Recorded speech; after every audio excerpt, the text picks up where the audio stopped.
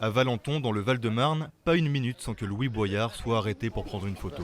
On va gagner. Voilà, j'espère. Le député sortant de 23 ans a obtenu 42% au premier tour dans sa circonscription et encore plus dans cette commune de près de 15 000 habitants avec 61% des suffrages. Objectif 90%.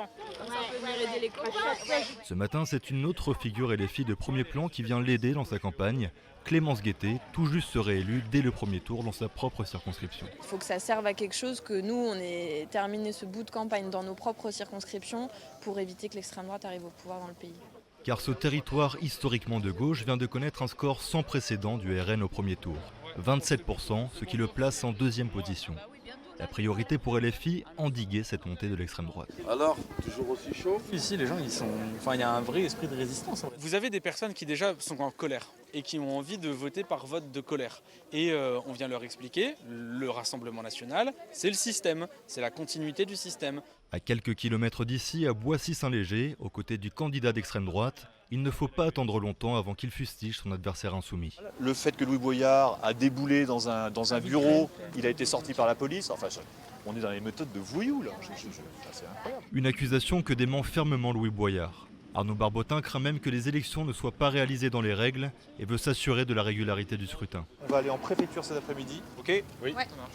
Dans 2 ou 3 bureaux de vote, on m'a signalé des bulletins de vote qui manquaient. On a dans certains bureaux de vote des scores, la Fidel Castro. Sa candidature s'inscrit dans l'alliance entre le RN et Éric Ciotti. Elle est en plus soutenue par Marion Maréchal. Alors forcément, Arnaud Barbotin cherche les voix d'électeurs qui souhaitent plus de sécurité. Dimanche, vous allez voter sur quels critères? Ça serait assez la sécurité.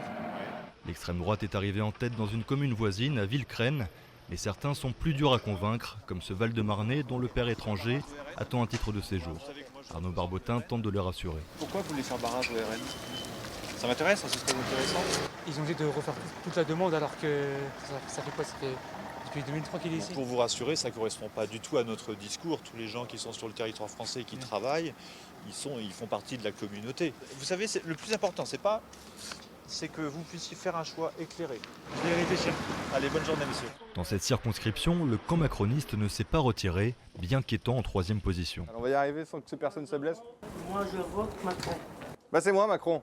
À Limeil-Brévannes, opération porte-à-porte cet après-midi pour le candidat Renaissance, Loïc Signor, avec l'espoir d'incarner une alternative contre des candidats qu'il juge être en dehors du champ républicain, et surtout pour empêcher une victoire de l'extrême droite. On a pris la décision de nous maintenir pour éviter précisément que face à Louis Boyard qui suscite un rejet, y compris de nos électeurs, des électeurs de droite, des électeurs de gauche modérée, j'en ai rencontré beaucoup qui avaient voté pour Raphaël Glucksmann, un vote RN puisse aujourd'hui dans cette circonscription l'emporter dimanche prochain. Cet habitant qui a voté blanc au premier tour donnera sa voix au porte-parole de Renaissance, mais un peu par dépit.